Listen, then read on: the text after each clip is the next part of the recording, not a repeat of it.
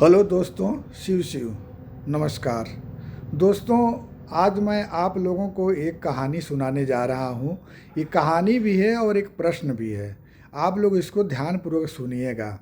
दोस्तों, एक यादव जी थे। उनकी शादी हो गई थी लेकिन गौन नहीं हुआ था। वो प्रतिदिन गैया चराने जाते थे। गैया चरा रहे थे। उसी समय उसी रास्ते एक दूल्हा जो दुल्हन को विदा करा करके ले जा रहा था। तो यादव जी सोचे कि हमारा भी शादी हो गया, मैं भी इसी तरह से अपने पत्नी को चलता हूँ, विदा करा कर लाऊंगा। यही विचार करके आओ घर आए। घर आने के बाद में वो ससुराल जाने के लिए तैयारी बना लिए। ससुराल जाने लगे।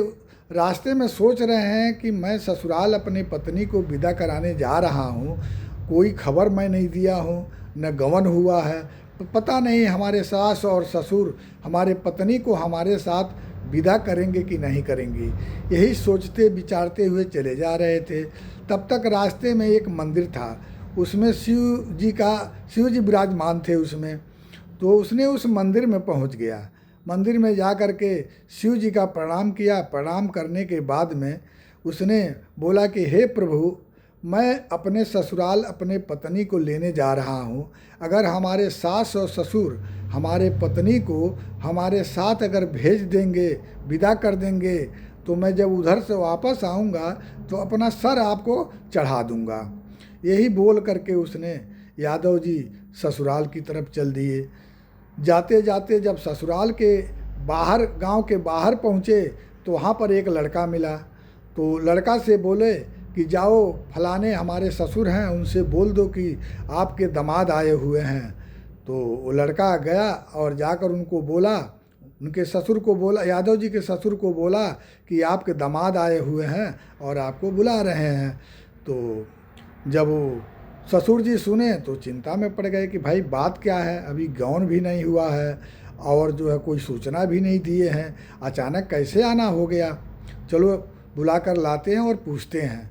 तो ससुर जी गए, दामाद को आदर सहित घर ले आए। घर ले आने के बाद में नाश्ता पानी जो भी है कराए। कराने के बाद में बोले, ससुर जी बोले, बेटा क्या बात है कि तुम बिना गौन हुए ससुराल आ गए और कोई सूचना भी नहीं दिए, क्या कोई बात है? तो यादव जी बोले कि नहीं ससुर जी, कोई बात नहीं है, मैं अपने पत्नी को लेने आया हूँ।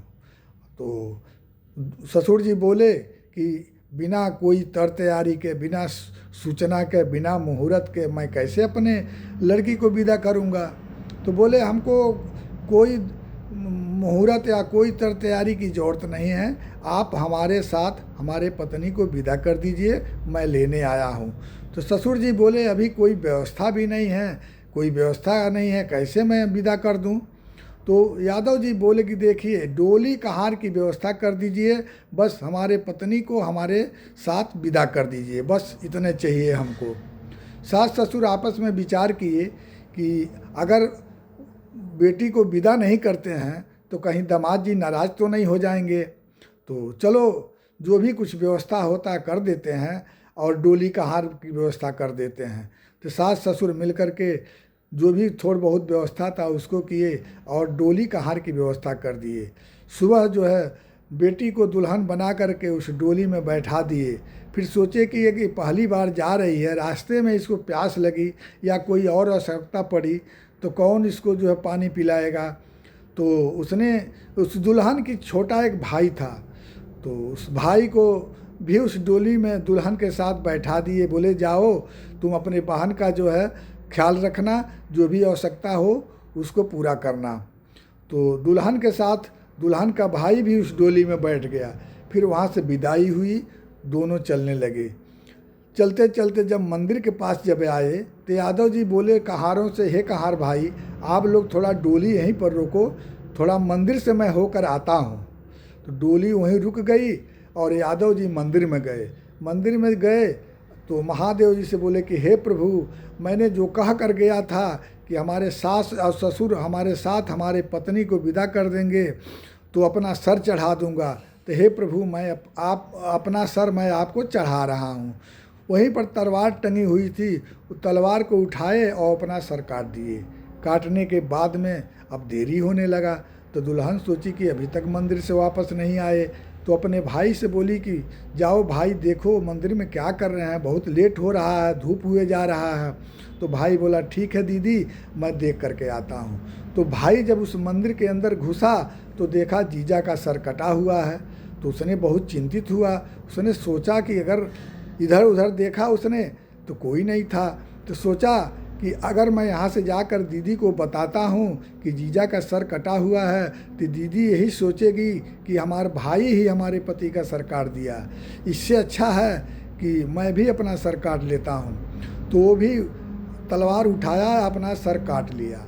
अब दोनों मंदिर में गिर गए, सर कटा हुआ, दोनों गिरे पड़े हुए हैं। अब दुल्हन इधर इंतज़ार करते करते करते सोच रही है कि दोनों में से कोई नहीं वापस आया, दोनों क्या करने लगे वहाँ, चलो मैं ही खुद चल कर देखती हूँ। तो दुल्हन जो डोली से उतरी और सीधे मंदिर में गई। तो मंदिर में जब अंदर गई तो देखती है कि दोनों का सर कटा हुआ है। तो बहुत घबरा गई। घबराने के बाद में सोचने लगी कि अब मैं क्या करूं, अगर इन दोनों का सर कटा हुआ है, अगर मैं ससुराल जाती हूं तो ससुराल वाले कहेंगे कि भाई और पति का सर काट के आई है, तो हाँ हमारी जो है अवहेलना होगी, कोई इज्जत नहीं होगी, वहाँ लोग ताना सुनाएंगे।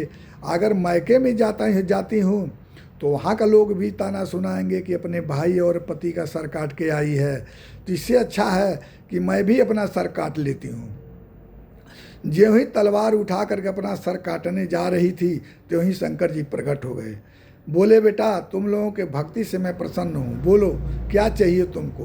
तो दुल्हन बोले कि हे प्रभु मुझको कुछ नहीं चाहिए, ये दोनों को जिंदा कर दीजिए। तो शंकर जी बोले दोनों का मुंडी दोनों का धड़ से जोड़ दो, मैं जिंदा कर देता हूँ। तो दुल्हन ने जल्दीबाजी में पति का मुंडी भाई के धड़ में जोड़ दिया, अब भाई का मुंडी जो है पति के धड़ में जोड़ दिया। शंकर जी बोले यो मस्त, दोनों जिंदा हो गए। तो दोस्तों आपको बताना यह है कि दुल्हन किसके साथ गई, अपने भाई के साथ गई कि अपने पति के साथ गई। तो अगर कहानी अच्छी लगी हो तो लाइक करके कमेंट में ज़रूर बताइएगा। धन्यवाद। शिव शिव।